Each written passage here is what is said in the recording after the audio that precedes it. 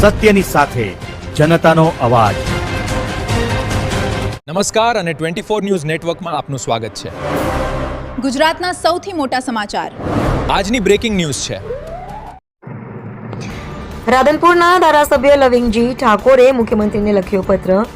ભારે વરસાદથી થયેલા નુકસાન અંગે તાત્કાલિક રાહત અને વળતરની કરી માંગ। ખેડૂતોના પાક નુકસાન, મકાનોની ક્ષતિ અને પશુઓના મૃત્યુનો તાત્કાલિક સર્વે કરી સહાય ચૂકવવાની માંગ સાથે રાજ્ય સરકાર સમક્ષ રજૂઆત। પાટણ જિલ્લાના રાધનપુર, સાંતલપુર અને સમી તાલુકામાં તાજેતરમાં પડેલા ભારે વરસાદ બાદ સર્જાયેલી વિકટ પરિસ્થિતિને ધ્યાને લઈને રાધનપુરના ધારાસભ્ય લવિંગજી ઠાકોરે ગુજરાતના મુખ્યમંત્રીને પત્ર લખીને તાત્કાલિક રાહત કામગીરી હાથ ધરવા રજૂઆત કરી છે। પાટણ જિલ્લાના રાધનપુર, સાંતલપુર અને સમી તાલુકામાં ભારે વરસાદના કારણે જનજીવન પ્રભાવિત થયું છે। અનેક વિસ્તારોમાં ખેડૂતોના પાકને ભારે નુકસાન પહોંચ્યું છે। આ સમગ્ર પરિસ્થિતિને ધ્યાનમાં રાખીને રાધનપુરના ધારાસભ્ય લવિંગજી ઠાકોરે ગુજરાતના મુખ્યમંત્રીને પત્ર લખી અસરગ્રસ્ત વિસ્તારોમાં તાત્કાલિક સરકારી સર્વે કરાવવાની માંગ કરી છે। સાથે જ નિયમ મુજબ કેશડોલ સહાય અને યોગ્ય વળતર ઝડપથી ચૂકવવાની રજૂઆત પણ કરવામાં આવી છે। ધારાસભ્યે પોતાની રજૂઆતમાં જણાવ્યું છે કે ગામડાઓ અને શહેરોમાં વરસાદી પાણીના નિકાલ માટે કાયમી અને અસરકારક વ્યવસ્થા ઊભી કરવામાં આવે। ભારે વરસાદથી તૂટી ગયેલા રસ્તાઓનું યુદ્ધના ધોરણે સમારકામ કરવામાં આવે અને જ્યાં વીજ પુરવઠો ખોરવાયો છે ત્યાં વહેલી તકે વીજ સેવા પુનઃસ્થાપિત કરવામાં આવે।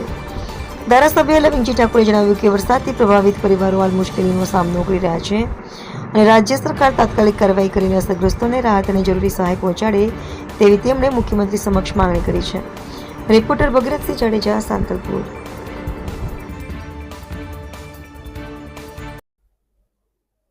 મુખ્યમંત્રીને પત્ર લખ્યો કે અહીંયા 3 દિવસથી ભારેથી અતિ ભારે વરસાદ પડ્યો।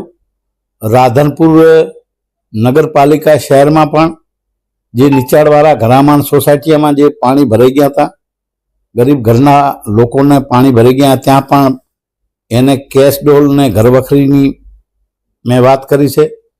સાથે સાથે સાંતલપુર તાલુકામાં પણ મારો પ્રવાસ કાલે હતો। મેં ખુદ રૂબરૂ જઈને એ લોકોને ઘરમાં જઈને જોયું તો જે એ ઘરોમાં પાણી ભરેલા છે અને ઘર વખરી જેને નુકસાન થઈ છે એ લોકોને સહાય ચૂકવવા મેં મુખ્યમંત્રીને પત્ર લખ્યો છે। ખેડૂતોને નુકસાન થયું?